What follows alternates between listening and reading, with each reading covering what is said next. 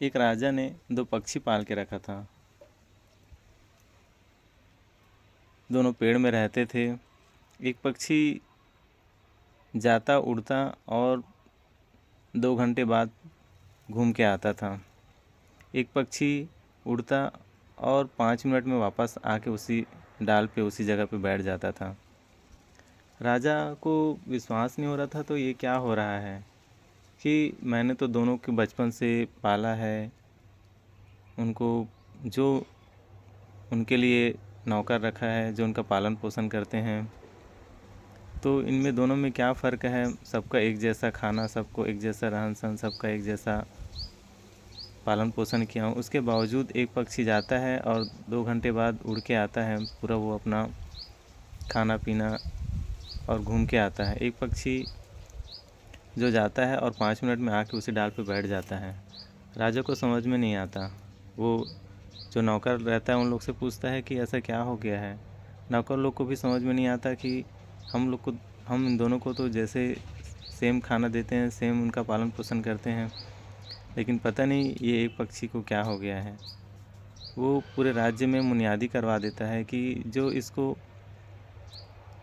उड़ना सिखा देगा, मैं उनको $1000 का इनाम दूंगा। बहुत से लोग आते हैं, तरह तरह के उपाय करके जाते हैं, किसी को कुछ समझ में नहीं आता। पक्षी के बिहेव में कोई फ़र्क नहीं पड़ता। ये खबर एक बुज़ुर्ग के पास पहुंची। वो अनुभव वाला व्यक्ति था, बुज़ुर्ग था।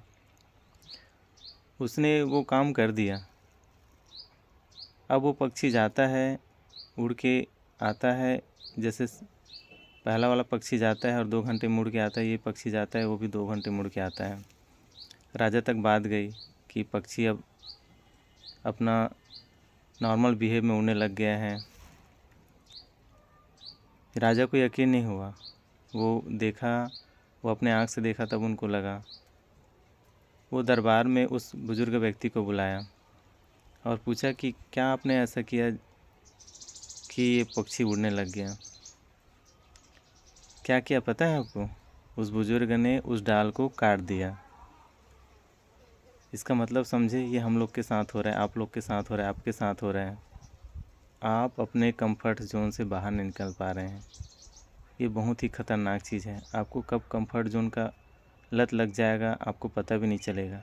और ये कंफर्ट जोन आपको बढ़ने नहीं देगा, आपको ऊंचा उठने नहीं देगा। आपको लगेगा कि मैं यहाँ सेफ़ हूँ और एक डर बना रहेगा, जिनके कारण आप उस कंफर्ट जोन को छोड़ नहीं पाएंगे। और याद रखिए, जब तक आप अपना कंफर्ट जोन नहीं छोड़ेंगे ना, उस पक्षी की तरह, तब तक आप ऊपर नहीं उठेंगे, तब तक आपको सफलता पाना नामुमकिन है। इसलिए अपने कंफर्ट जोन को छोड़िए, खूब मेहनत कीजिए।